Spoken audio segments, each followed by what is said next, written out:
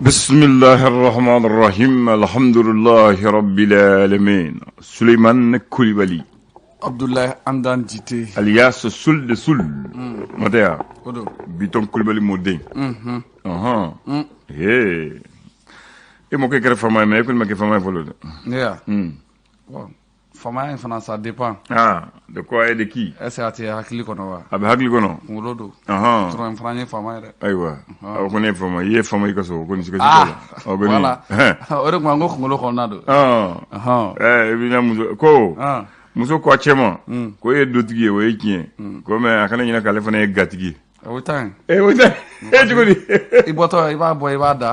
Ni na ibna dun. Gwa ba le bolo. Gwa ba de. Ko gwa chema e dutigi me kana nyina kana e gatigi. Asago bo were la.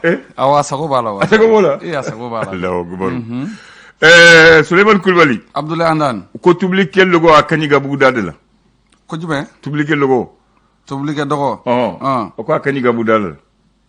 Weche. Emuna. Mina bena bla rote wa. Mina bena bla rote. Eti ko di? Beni joro do sokono. O de tobli ka dogo koni. Akan ga bugudala. Akan ga bugudala. Itara ye shiso kono. Abla nyini ngari flado. Na ketote dogo ketote ka ataka nyine fagana ye. Keto kono ka mako were nyewi. Ayo. Sono tobli konte. Gado muso ko ni ya me wo bi mina wala nafata la ko de nyindi ko yede. Abada. Abada. Parce que amba do wo bala amta sana yo. Abla. Cheka kumate. Yintigi glamba ba do wo bala. Asamba ba do ko wo bala. Nga ba samba mako nyene. Odo. Ana mako do. Doko ko ni ba fe ke jimara ita ke nyindi la. Agaradi. Bre. Nam. Atike kuma fo. Pour que kuma fo ro kana soro kuma wore la. Angana se ga faranga fo faraka. Kuma fo kun yodi. Amara rote o. Amara rote. Ai. Ji wadi marali. Abla ba mara fam ko na woti fam na de. Sono bobi muna. Aniki ba amara choko tala o lawo. Amara choko tala. Allah akbar. Bon na nga digui. Akadi abla. Aywa tabarakallah. Bismillah. Ba. Nam. Abla. Biye tarata ye. Septembre kalo kile mugan ani wolonwula. Namu. Samba fila ani mugan ani fila. An bɛ gafew ta. Nam. Ka ala kumabaw di. Yani nɛgɛ kaɲa 11 o mana se ni minisaya 30 ye. Ayiwa an b'a daminɛ le sɔrɔ. I sɔrɔ. Ale kumara. Kɛrɛnkɛrɛnnenya k'a fɔ mun ye dɔgɔkun tɛmɛnen. Mun ye Mali ka gouvernement ka ɲɛma mun bɛ ka o nɔrɔ bila n'o ye colonel Ablaye Mayiga. Ale laseli min kɛ mun ye États-Unis kɛrɛnkɛrɛnnenya mun ye New Yorkaw fɛ yen. Kumar'o kan kosɛbɛ. Ka yɛrɛ k'a fɔ ko kuma in fɔra cogo min na Ablaye. Ko kuma fɔcogo k'a ɲɛna.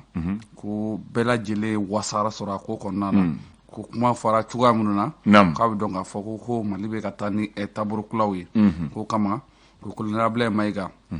Ale ka kuma kɔfɛ a tilalen la Malien minnu bɛ New York olu fana bisimila fɛla minnu b'a fɛ ka se k'olu ɲɛfɔ olu ye. Isɔr kumar'o kan. Ka to Isɔr kɔnɔ hali bi mun ye Musa Aga Asharatuman.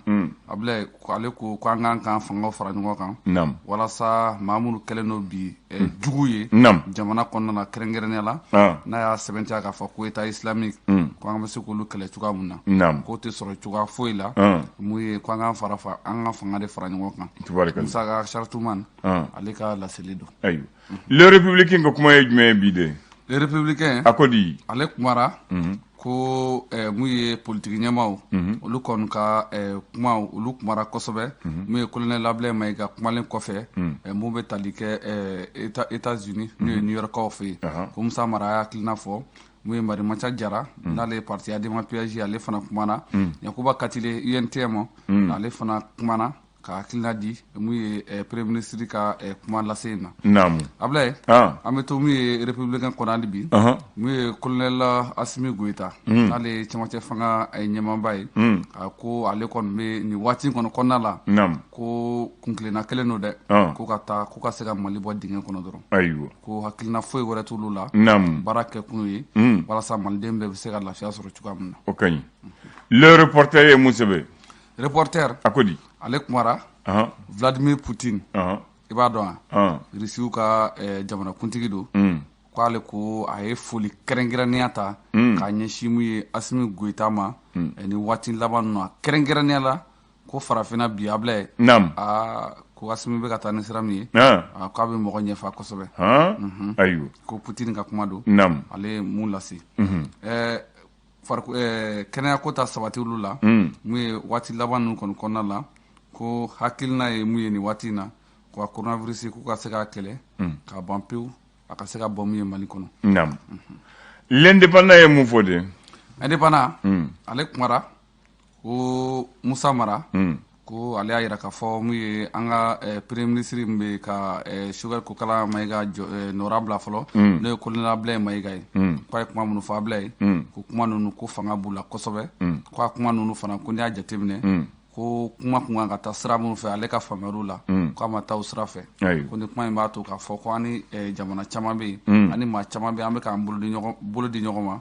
ko bɛna kɛ sababu ye ko k'o bolo di ɲɔgɔn ma ko k'olu bɛɛ lajɛlen lasa k'ale kun bolo kuma in kun bɛ se ka fɔ cogoya wɛrɛ la mun ni tɛ kelen ye o tɛ bɛɛ ni hakilina ye o siratigɛw fana na mun ye an ka parti politigiw ADEMA MPR PVRM faso ko ale ni UNTM olu kɔni ko an ka cɛmancɛ fanga maaw u bɛ baara min na bi gouvernement fo ka taa se Asimi Goyita ma Ablaye k'u b'u senkɔrɔma don kosɛbɛ Bakari Traoré n'u b'a wele ko Ajidan gendarme kun don Ablaye ko u y'ale don kaso la a si kaso peine de mort ko kama sɔrɔ k'a ye binkani wale kɛ dɛ Ablaye gendarme kɔrɔ o kɔni man ɲi Maliya ko don Les Échos wele Les Échos a ko di Les Échos kumara kɛrɛnkɛrɛnnenya la Ablaye ko Mori jumɛn ko nin ye morikɛ dɔ ye morikɛ Ablaye k'ale datugura kaso la san 5 a kan k'o kaso kɛ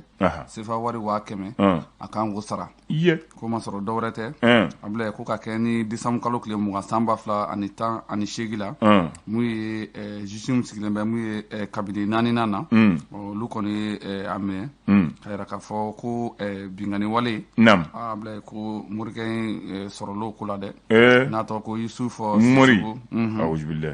Sisugu ko ale tun bɛ cour d'appel maaw ɲɛma u kɛra tɛnɛndon min bɛnna kunungo septembre kalo tile 26 ma ko saratigɛw la a ka kiiritigɛ n'a ka fɛnw bɛɛ lajɛlen bannen kɔfɛ k'a yira la k'a fɔ min ye san 5 ko kaso k'a bɛn'o kɛ sefa wari 500 k'a b'o sara ko a tɛ de dommage et intérêt maa min ye plainte don a kama o tun ye 500 ani 20 de laɲini kɛ ko kan ko 500 k'o de bɛna d'a ma Ablaye tubarikalla mais o t'a ɲɛnabɔ dɛ a t'a ɲɛnabɔ a tɛ mun ɲɛnabɔ a ye mun kɛ o cɛw a ye binkani min kɛ Ablaye a kɔni binkani kɔni kɛra ka ban kɔni ne kɔni ni bɛnkɛli kɛra u kan ka tigi ko bɔ dɔrɔn Allahu akbar k'a ko bɔ Ablaye pati sakana Ablaye an bɛ to gafew kɔnɔ hali bi k'a fɔ mun ye ASECNA n'olu kun ye ŋaniya ta k'a fɔ k'u bɛ baarabila kɛ kɛrɛnkɛrɛnnenya an b'a fɔ mun ye tile 2 baarabila kɛ n'an k'a ma ko grève kan ka daminɛ jumadon ka na mun ye sibiridon na o siratigɛw la u ka jɛkulu minnu bɛ yen n'olu sigilen bɛ ka se ka an ka sanfɛ sira ko k'o se k'o ɲɛnabɔ cogoya min na k'u y'a senkɔrɔma don fɔlɔ nka grève in senkɔrɔma don fɔlɔ k'u bɛna tile 10 kɛ k'u sigi ka filɛli kɛ yalasa n'a sɔrɔ u ka laɲiniw ye mun ye o ye laɲini minnu sabati n'a sɔrɔ olu bɛna ta ba la n'u ma ta ba la na kɛ u na sen ka u ka baarabila ko ka se k'o bila sen kan ko nka ko ne nin baara jateminɛ ASECNA ko nin waati laban ninnu kɔnɔna la minnu bɛ Mali kɔnɔ Benin ale ni Centrafrique Ablaye ko ninnu ye olu de ka fara ɲɔgɔn kan jɛkulu ye walasa ka se ka nin baarabila in bila sen kan.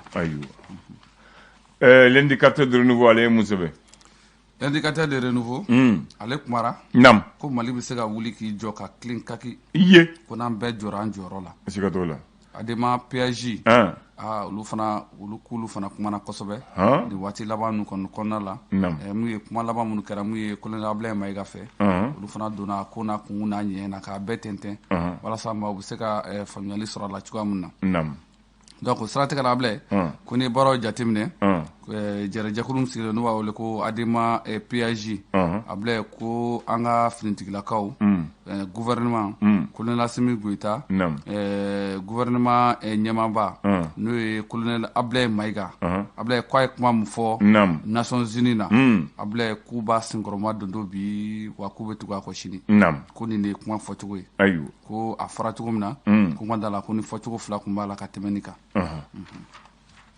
Albi an bɛ to o ko kɔnɔna la M5 RFP Ablaye ko silence radio ko tɛ dɔwɛrɛ ko n'i y'a jateminɛ k'a fɔ radio ko tɛ silence ko nin waati laban ninnu na min ye M5 RFP Ablaye k'u da delen don k'a masɔrɔ ko dɔwɛrɛ tɛ dɛ ko min ye premier ministre Dr Choguel Kokala Maïga k'a ka kɛnɛya ko la ko maa si t'a la ka wuli ka kuma ka ɲɛfɔli kɛ n'a sɔrɔ a ka kɛnɛya bɛ sira minnu fɛ ko yala ko nin ye fɛɛrɛ dɔ de ye wa ko walima ko o kɛtɔ de filɛ nin ye ka premier ministre Dr Choguel Kokala Maïga ko k'a abandonner en plein vol ko ɲininkali don an t'o dɔn ko ɲininkali don o y'a ɲɛfɔ n t'o jaabi dɔn y'a faamu o fana y'a ɲɛfɔ ko ɲininkali don k'u bɛ ka ɲininkali kɛ ko n'a sɔrɔ ko o don d'accord donc o kɛra olu ka laseliw ye ɲininkali ɲuman don ɲininkali ɲuman don yɔrɔ Ablaye an b'a kun cɛ ni alternance ye alternance ale kumara kosɛbɛ an b'a fɔ ko ni waati laban in na kɛrɛnkɛrɛnya la ka kɛ ni mun ye Mamadu Sensi Kulibali o tɛ an yɛrɛ ka ɲɛmaa ye wa donc a yɛrɛ k'a fɔ mun ye ale kɔni sɛbɛnni caman kɛra bɔlɔlɔ sanfɛ ni waati laban in na ka kɛɲɛ mun ye san 2022 n'o bɛna 22 septembre ma Ablaye ko mun ye Mali kura ko yala ko a kuma fɔra ko Mali kura k'a fɔra k'a tɛgɛrɛlafɔ k'a bɔgɔla dɔn ko Mali kura k'a b'a la ka taa cogoya min na Ablaye ko k'an tɛ k'an tilen k'an don koko la wa ko kama sɔrɔ ko caman bɛ yen minnu b'a la ka kɛ bi minnu tɛ ko kɛta ye ko caman bɛ yen minnu b'a la ka kɛ n'a caman b'a la ka kɛ tuɲɔni ye ka ɲɛsin mun ye maliden bɛɛ lajɛlen ma ko yala ko Mali kura k'a bɛ taa n'o sira ye wa Ablaye ɲininkali tɔ min don a jaabi tɛ n fana bolo o jaabi tɛ yen le soir de Bamako dun soir de Bamako ale kumara kɛrɛnkɛrɛnya la min ye ministre min n'u b'a wele ko Ablaye Diop n b'o dɔn n tɔgɔma don i tɔgɔma ko G5 Sahel ko ale fana ye tɔgɔ sɔrɔ a ye tɔgɔ sɔrɔ G5 Sahel ko Ablaye ko a ko jɛlen don ko nɔnɔ kɛnɛ Mali b'a la Mali t'a la ko a y'a kuma bɛɛ lajɛlen bugunatigɛ ka ban an b'a fɔ an t'a la ka ban ko an kana an yɛrɛ sɛgɛn bilen ko ɲininkali de bɛ ka la ka kɛ ko n'a sɔrɔ a ko bɛ cogoya min na ko de kama ko i tɔgɔma ko an kana an yɛrɛ sɛgɛn bilen ko a ko bugunatigɛ la ka ban koyi ko ni ko jɛlen don ka ban siga t'o la an bɛ to kɔnɔ hali bi Ablaye mun ye an ka secrétaire général n'o ye INTM Union nationale des travailleurs du Mali Yakuba Katile Ablaye k'a bɛ a tɔgɔ di ko il souffle le chaud et le froid il souffle le chaud et le froid Ablaye nin ye kumaba ye dɛ u bɛ ɲɔgɔn sugi u bɛ ɲɔgɔn sugi a bɛ ɲɔgɔn sugi Antonio Guterres o ni secrétaire général Ablaye ko Mali ka Ivoirien ka finitigila ka 46 minɛnen bɛ yan Ablaye ko an k'u bila joona joona dɛ a na kɛ ko dɔ na k'ale kɔnɔ ko an k'u bila joona joona Ablaye an bɛ bi taa an b'a ɲɔngiri ni yɔrɔ min ye basketball sanfɛ celu Mali tun bɛ coupe du monde kɛnɛ kan an taara an ma se ka kɔ woyo an ma se ka yɛlɛ sanfɛ Ablaye nka mɔgɔ si ma kɛ problème ye dɛ an yɛrɛ ka basketkɛla yɛrɛ damaw Ablaye u y'a kɛ barita ye k'a kɛ diɲɛ maa ɲɛma waati min na zone mixte la conférence de presse b'a la ka kɛ waati min na interview b'a la kɛ an ka basketkɛla musolakaw Ablaye u ye taa kɛ forobɔmugu la u yɛrɛ dama ni ɲɔgɔn cɛ koyi u b'u yɛrɛ u karila ɲɔgɔn na sɛbɛnnikɛla y'a jira k'a fɔ k'u ye Mali lamaloya diɲɛ bɛɛ ɲɛna a basket bɛna kɛ o baara de yan cɛw taara mɔsi ye muso fana bɛ nin kɛ u ka sabali Ablaye n'i y'a mɛn a sigira a bɔnna de a siga t'o la ayiwa ji ka bɔn fana a ka fisa ni filen ka ci ye Ablaye waati dɔ la filen yɛrɛ ka susu ka bɛɛ ka fisa n'a ye k'ale fo sa Alahu akubar i b'a susu k'a mugu bɔ a bɛɛ ka fisa ye sinon yan'u ka taa u ma kɔlɔkɔlɔ mankan kɛ u ka prime nɔfɛ u t'a don koyi u jo don